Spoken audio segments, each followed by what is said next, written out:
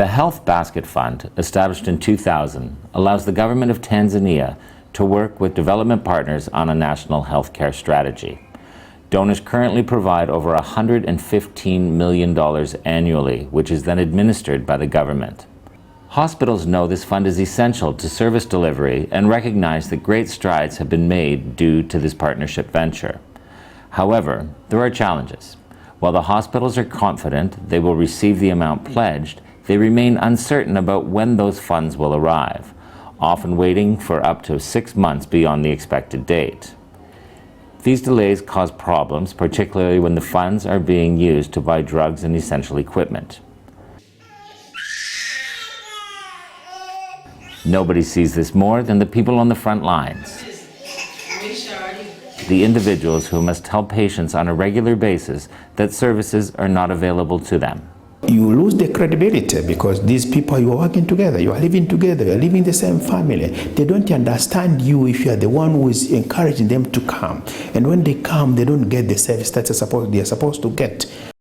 This trust between staff and patients is jeopardized, particularly in the mother and child clinics. Patients are told it is imperative to be tested.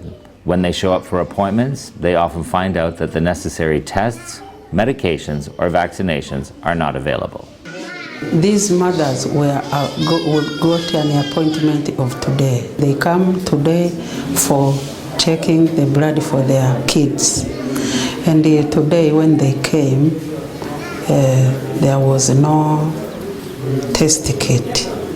So it was a big problem. Maybe they will think that I'm not concerned with them. Imagine, as a parent, being told that you have to choose between your children. The one mother had twins, so I have just took for one twin. Only one twin was taken the test, the other one, only those two more were not tested. Life-saving blood donations to infants with malarial anemia can also be seriously impacted by the delay of funds.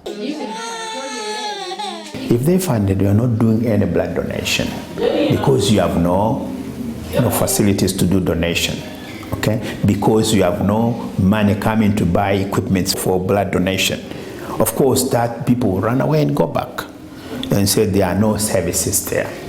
The repercussion to them will be there are no services there, and most of the children will be dying in their home states.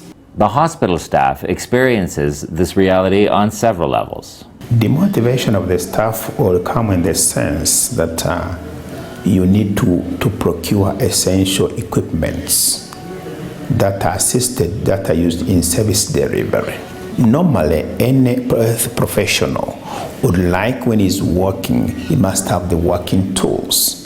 If he doesn't have the working tools, straight away he will be demotivated. Staff training is an essential basket fund activity. The delay in specialized training can mean the difference between life and death.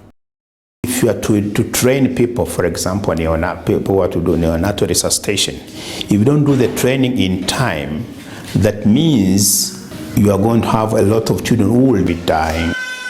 For example, if a hospital is losing one child per month because nurses are not properly trained in neonatal resuscitation, a 6-month delay in funding is 6 lives lost. HIV remains one of the most complex challenges to healthcare in Tanzania. Basket funds have been beneficial to projects such as community outreach, counseling, testing, and treatment, ultimately reducing infection rates and halting disease progression. Healthcare professionals fear that the delays in funding will make it difficult to sustain the progress already made. I am working here at CTC. Now we have almost more than 2,000 clients. People come to the clinic for a variety of reasons. This young woman and her fiancé were tested before their wedding day. We had the privilege of being present when she found out her results.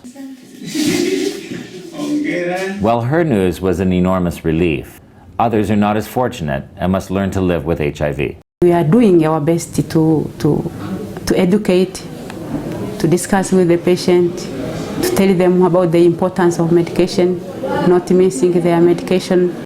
When the hospital staff are faced with stockouts at the MSD and have no funds to purchase privately, they are forced to change the patient's ARV cocktail. This must not happen, because if we run out of one type of medication, we know that our patient now will get resistant.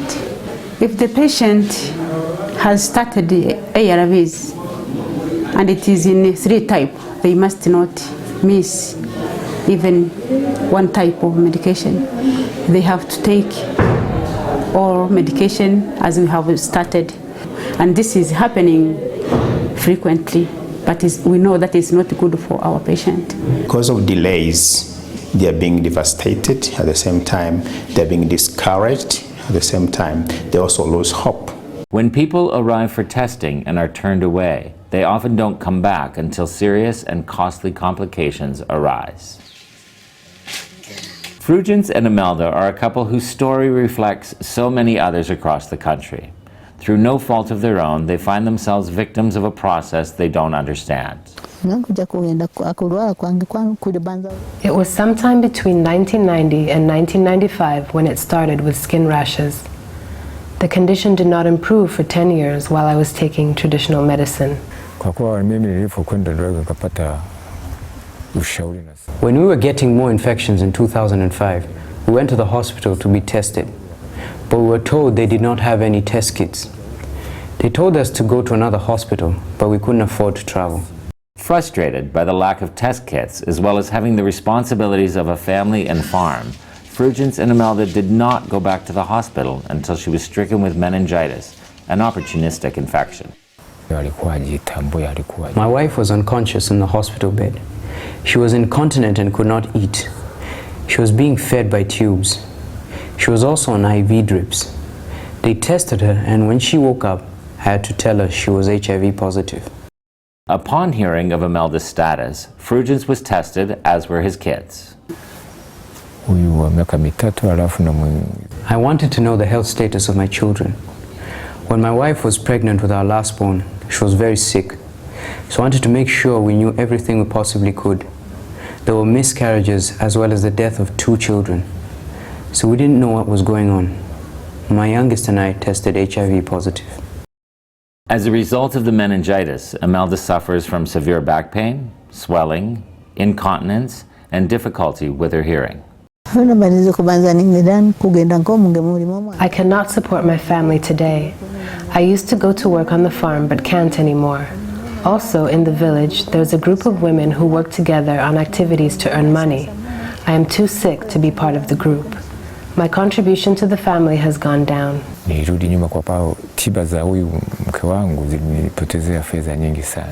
money I was expecting from my harvest of the coffee went to make my wife feel better.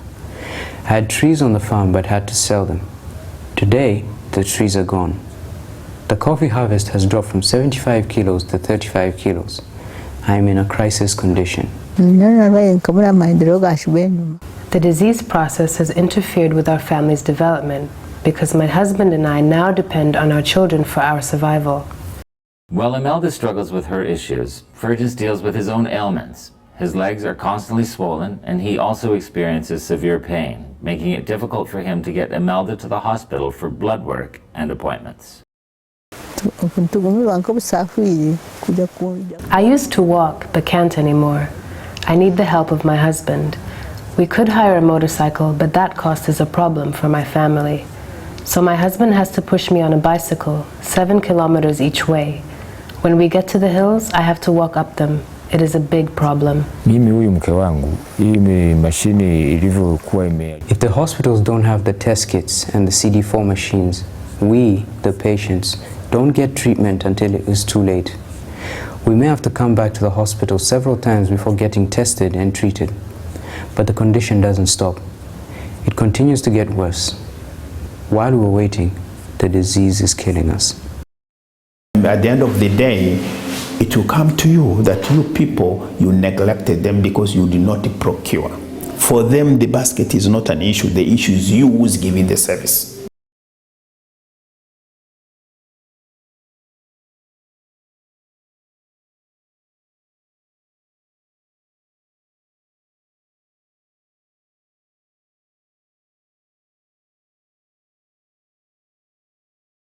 The partnership that exists between the government of Tanzania and international donors has made a huge difference to healthcare across the country. Its potential, however, is not being fully realized because of the complexity of the process. Moving forward, VSO Tanzania would like to invite all stakeholders to explore and implement solutions to ensure that the healthcare system responds to the needs of the people.